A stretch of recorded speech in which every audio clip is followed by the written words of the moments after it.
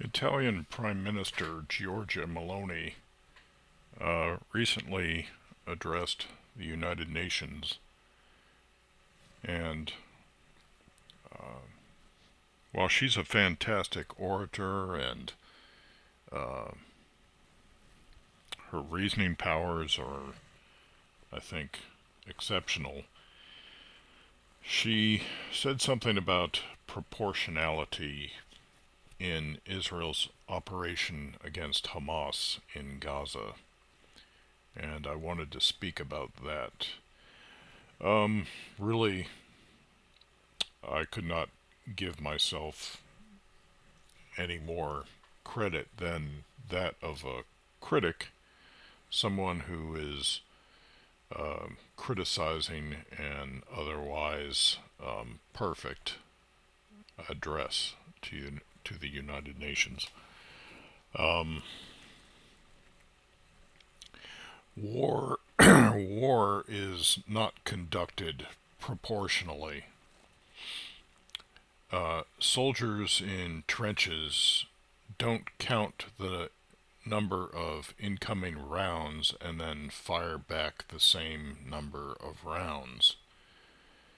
When the legions, led by Titus Flavius, were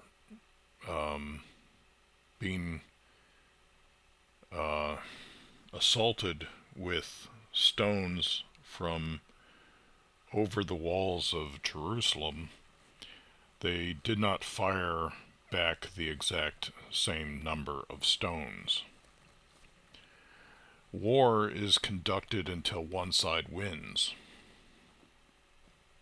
or I suppose until both sides lose the desire to continue. Proportionality is for sparring. War is for resolution. Gazan civilians, so-called, raised their toddlers back in the early 2000s, this back when Israel withdrew from the Gaza Strip, known as the expulsion from Gush Katif. They raised their toddlers to hate Jews and Israelis enough to want to delete them. Those grown toddlers carried out the atrocities on October 7th. So, when Gazan civilians, so-called, are programming their toddlers to become terroristic, if you want to call it that, militant assets in the future, then it's somewhat doubtful their status as civilians. The Gazan problem is fundamentalist Islam, not Israel's mission to wipe out Hamas to the end of fulfilling its mandate to prevent another such massacre upon its citizens. It is also supremely naive to believe that Palestinians will be content with the as yet unspecified borders of any proposed so-called Palestine. Islam's manifest destiny, if you will, has always been to have every square millimeter of the Earth's surface, at least before Salahuddin, when he conquered Jerusalem and brought it under Sharia law, or Islamic law, which states that any land once under Islamic law must be rescued from the infidel and brought once again under Islamic law. So now, even the land that the Quran acknowledges belongs to the children of Israel is now considered Muslim property.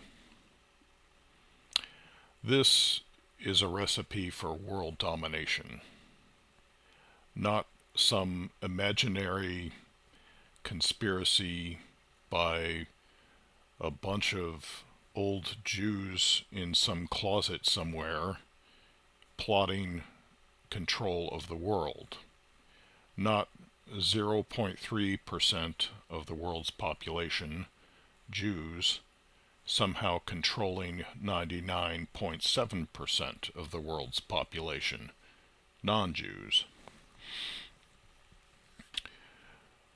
We need to stop playing let's pretend with Islamic expansionism, because when they carry out their aggressive modus operandi, they are not using toy guns.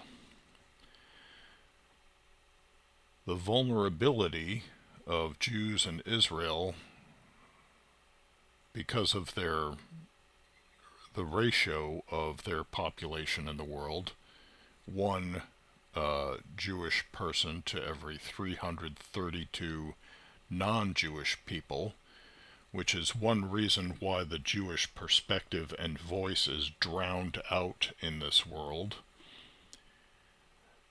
Their vulnerability means that they have to engage in strict practicality to ensure their survival. No thanks to Rome's provocations to a criminal war against the Judeans in the 1st century and its following invention of a myth aimed at programming the world's non-Jews against them.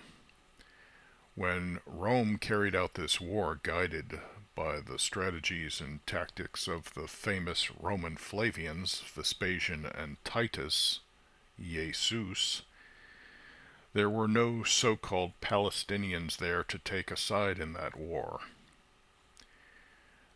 Giorgia is a fantastic leader, but as with so many non-Jews, her thinking here is unfortunately common and the result of 2,000 years of Miso-Judaic propaganda propagated by Christianity and Islam.